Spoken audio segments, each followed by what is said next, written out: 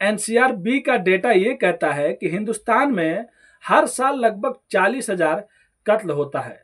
कोई दुश्मनी में कत्ल हो जाता है तो कोई लालच में आके, और कुछ बेवजह भी कत्ल ऐसे होते हैं। तो आज की जो कहानी मैं आप लोग को सुनाने और बताने जा रहा हूँ, इसमें जो कत्ल होता है, एक कातिल को एक कत्ल करना होता है, लेकिन उस कत्ल से पहले उसे एक और कत्ल करना होता है जिससे कोई दुश्मनी नहीं हो, उससे कुछ बेवजह उससे कोई झगड़ा नहीं रहता है, फिर भी उसका वो कत्ल करता है। और कत्ल करने के बाद ये सोचता है कि उसके मुर्दे से वो दूसरे वाले का कत्ल कराएगा। आखिर में ऐसे कैसे हो सकता है, लेकिन ऐसा सच में होता है।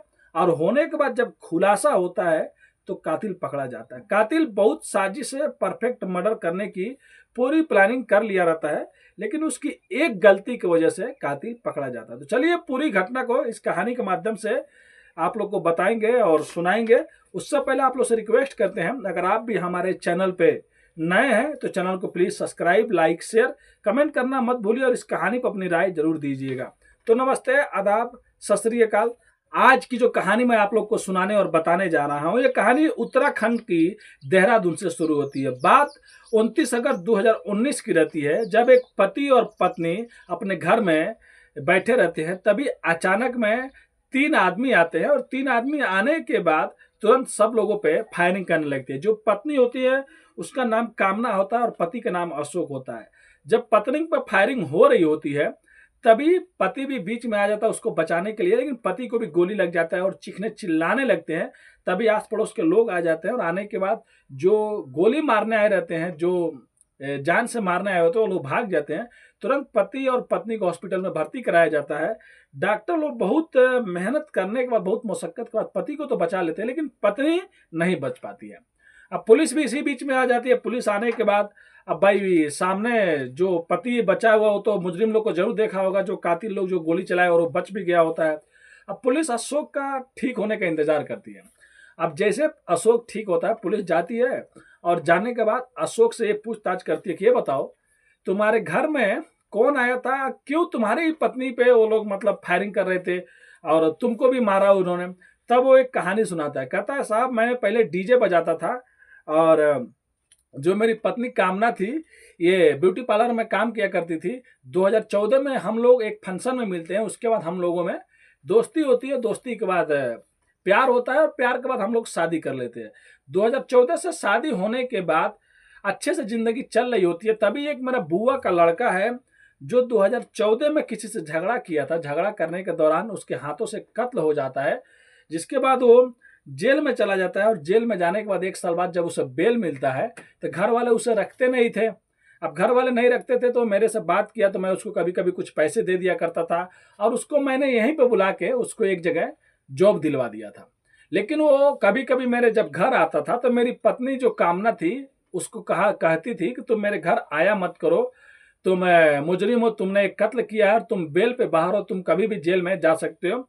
इसके वजह से वो मेरे पत्नी पे गुस्सा रहता था। और उस दिन जब वो गोली चला रहा था तो वही था जिसका नाम रिंकू रहता है, जो मेरा बुआ का लड़का है। और इसीलिए वो मेरी पत्नी कामना को मारना चाहता था, और मैं बचाने जाता हूं तो मेरे को भी गोली मार देता है। अब ये बात तो साफ साफ मतलब रिंकू को भी बता देता है। अब पुलिस सोचती है चलो केस सॉल्व हो गया। अब रिंकू के घर वालों से पुलिस बात करती है। रिंकू रायगढ़ छत्तीसगढ़ का रहने वाला है। जब रिंकू के घर पुलिस जाती है और पूछताछ करती है तो उसके घर वाले कहते हैं वो तो 10 महीना कुछ महीने से आया ही नहीं घर पे, और हम लोगों ने उससे कोई भी रिश्ता नाता नहीं है। तो अक्सर माँ बाप अपने बेटे को बचाने के लिए बहुत झूठ बोलते हैं। तो पुलिस जो पटीदार रहते हैं, जो पड़ोसी होते हैं, उनसे भी पूछताछ करती है। जब पुलिस उनसे पूछताछ करती है तो पड़ोसी भी कहते हैं कि हाँ सही बात है, रिंकू कभी घर आया ही नहीं आज 1 साल से, और देखे भी नहीं हम लोग जब से वो एक कत्ल किया था। अब पुलिस जाती है, पुलिस जाने के बाद और भी लोगों से पूछताछ करती है।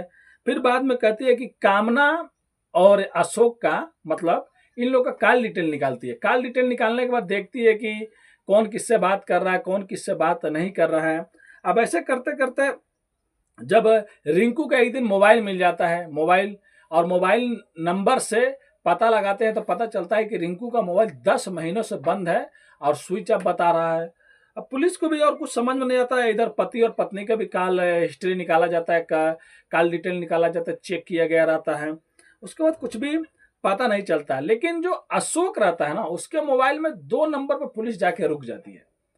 जो पति होता है उसके जो 2 नंबर रहता है, उससे मतलब कत्ल से पहले जो ये मर्डर हुआ था, जो कामना का, इससे पहले लगभग उस पर हमेशा आधा घंटा 1 घंटा कभी कभी मतलब डेली बात हुआ करता था। लेकिन जिस दिन से कत्ल हुआ था उसके बाद इस नंबर से अशोक से कभी बात ही नहीं हुआ था। उस 2 नंबर को पुलिस वाले निकालते हैं। निकालने के बाद अशोक को पुलिस स्टेशन बुलाते हैं और उसके बाद अशोक से पूछताछ करते हैं कि ये बताओ ये दोनों नंबर कौन है, लगभग तुम 2 सालों से इनसे बात कर रहे थे और कौन है ये लोग। तब वो कहता है सर मेरा ये दोस्त है और इनसे मैं अक्सर बात किया करता हूँ। तब वो लोग कहते हैं तुम तो पहले हमेशा बात किया करते थे, 2 साल से हमेशा दिखा रहा है, लेकिन जिस दिन से तुम्हारी पत्नी का कत्ल हुआ है कैसे दोस्त है वो लोग, कभी तुमको फोन भी नहीं किया, तुम्हारा हाल चाल भी नहीं पूछा। उसके बाद उन दोनों का एड्रेस लेते हैं और एड्रेस लेने के बाद उनके घर जाते हैं और उनसे मिलते हैं। और मिलने के बाद दोनों लोग कहते हैं हाँ साहब आप लोग मुझे खोज रहे थे, अब बताइए क्या बात है। उसके बाद पुलिस कहती है ये बताओ तुम अशोक को जानते हो। तब वो कहता हाँ जानते हैं दोनों लोग, वो मेरा दोस्त, हम लोग उससे बात करते हैं। तब पुलिस कहती है कि तुम लोग कैसे दोस्त हो, हमेशा उससे बात करते थे लेकिन जिस दिन से कत्ल हुआ है उस दिन से तुम लोगों ने कभी अशोक से बात ही नहीं किया, अब बताओ। तब वो लोग थोड़ा कहते हैं कि साहब हम लोग घर पे नहीं थे उस दिन, हम लोग कहीं गए थे और हम लोग को बाद में मालूम चला। लेकिन जब पुलिस उन दोनों का कॉल लोकेशन पता करती है तो पता चलता है कि उस दिन वो लोग कहीं गए नहीं थे, घर पे ही थे, मतलब इधर इधर का ही दिखा रहा था। अब पुलिस उठाती है उन दोनों को, उठाने के बाद अलग अलग बैठा के दोनों से पूछताछ करने लगती है। जब दोनों से पूछताछ करने लगती है तब दोनों लोग टूट जाते हैं और एक कहानी सुनाते हैं। जो वो लोग कहानी सुनाते हैं फिर उसके बाद पुलिस आती है और अशोक को भी कहती है कि अशोक तुम्हारा भांडा फूट गया है और तुमको मेरे साथ में चलना पड़ेगा और सच्चाई अच्छे से तुम बता दो अपने मुंह से, नहीं तो हम फिर बताएंगे तो बहुत प्रॉब्लम होगा। अशोक भी वही कहानी सुनाता है जो उसके दोनों दोस्तों ने कहानी सुनाया रहता है। अशोक कहता है कि मैं पहले डीजे बजाता था, उसके बाद कामना से मेरा मुलाकात 2014 में होता है एक पार्टी फंक्शन में, उसके बाद हम दोनों में दोस्ती हो जाता है और उसके बाद हम दोनों लोग प्यार मोहब्बत शादी हो जाता है। 14, 15, 16, 17 अच्छे से कटता है और इसी बीच में मेरा बुआ का लड़का मेरे जब घर आया करता था तो मेरी पत्नी भी बोला करती तुम मेरे घर पे मत आओ, लेकिन मैं छोड़ देता था जाने दो, क्या मतलब उसके घर वाले भी उसको कोई नहीं पूछता है तुम ऐसा बोल रही हो। लेकिन 2017 आते आते मेरे को किसी ने बताया कि तुम्हारी जो पत्नी है कामना ये ब्यूटी पार्लर चलाती है, उसी टाइम में ये किसी और से प्यार कर रही है। अब मुझे पुख्ता सबूत मिल जाता है, मेरे को विश्वास हो जाता है 2018 आते आते कि मेरी पत्नी का अफेयर किसी और से चल रहा है।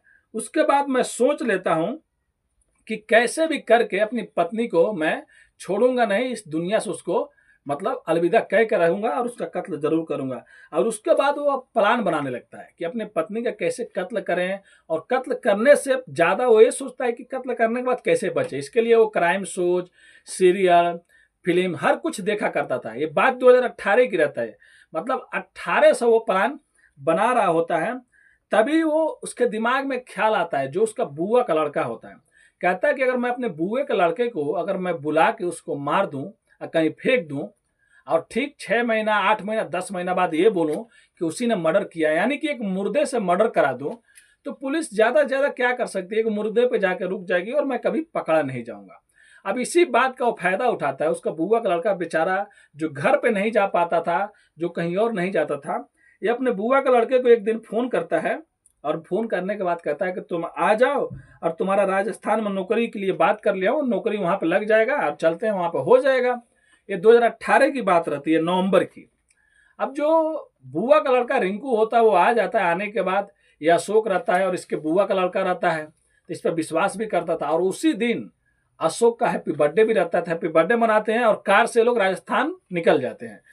राजस्थान जाने के टाइम में बीच में ये लोग इतना शराब पीते हैं, अशोक के 2 दोस्त रहते हैं और रिंकू रहता है बुआ का लड़का और ये अशोक रहता है, इतना ज्यादा शराब पीते हैं। शराब पीने के बाद बीच में तीनों लोग गला घोट कर रिंकू का मतलब हत्या कर देते हैं और राजस्थान के किसी इलाके में ले जाके उसको फेंक देते हैं। लेकिन फेंकने से पहले उसका जितना भी मतलब डेटा रहता है, कार्ड रहता है, जो भी मतलब कि मिले थे पहचान में नहीं आ पाए, और उसके बाद फेंक के वापिस से लोग देहरादून आ जाते हैं। मतलब 2018 में लोग कत्ल किए रहते हैं।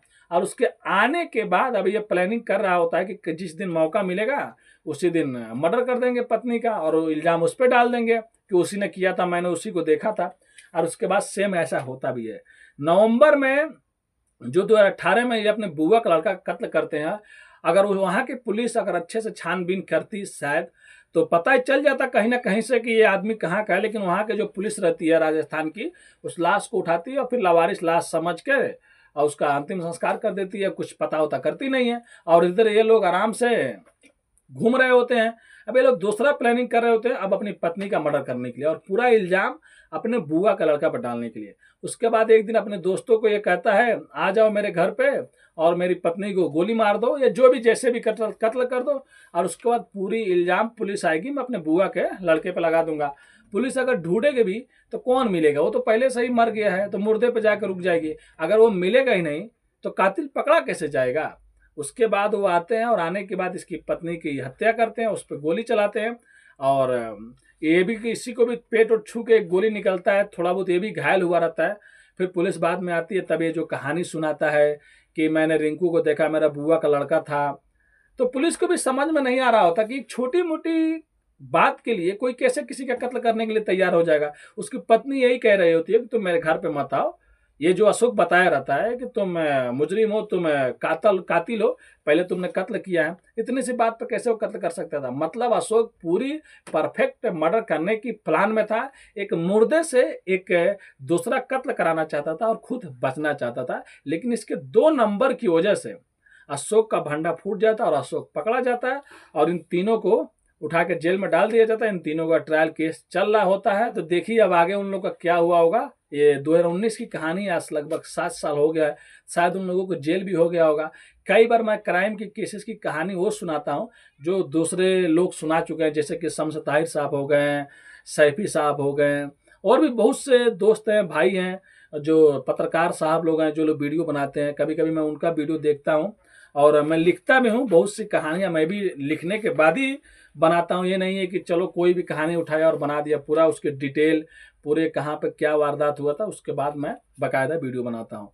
तो ये लोग जेल में चले जाते तो सोच सकते हैं उसको थोड़ा भी तरस नहीं आया, चाहता तो अपनी पत्नी को डाइवोर्स दे सकता था और अपने बुए को लड़के का मतलब फोकट में क्या बोलते हैं, जिसका कुछ भी गलती नहीं था, कोई दुश्मन नहीं था, उसका भी जान ले लेता। ये फायदा उठाता कि उसके घर वाले तो ढूंढेंगे नहीं। तो इंसानियत सोच सकते हैं कहीं ना कहीं मर चुकी है और ऐसे लोगों को सजा कड़ी से कड़ी होना चाहिए। क्योंकि जब ये लोग इतनी बड़ी साजिश, इतनी बड़ी प्लान बनाते हैं तो सोच सकते हैं इनके दिमाग कितना बड़ा शातिर होगा। ये कहानी सुनाने का उद्देश्य किसी का भी दिल दुखाना नहीं है दोस्तों, बस आप लोग को जागरूक और सचेत करना है। जहां भी रहे, कहीं भी रहे तो सेफ रहे, स्वस्थ रहे, अपनी फैमिली का ख्याल रखें। और जाने से पहले अपने भाई के वीडियो पे अपनी राय कमेंट करके जरूर दें, लाइक जरूर करें, शेयर जरूर करें। तो मिलते हैं नेक्स्ट वीडियो में फिर से कुछ सच्ची कहानियों के साथ। अभी के लिए अलविदा लेते हैं आप लोगों से। धन्यवाद।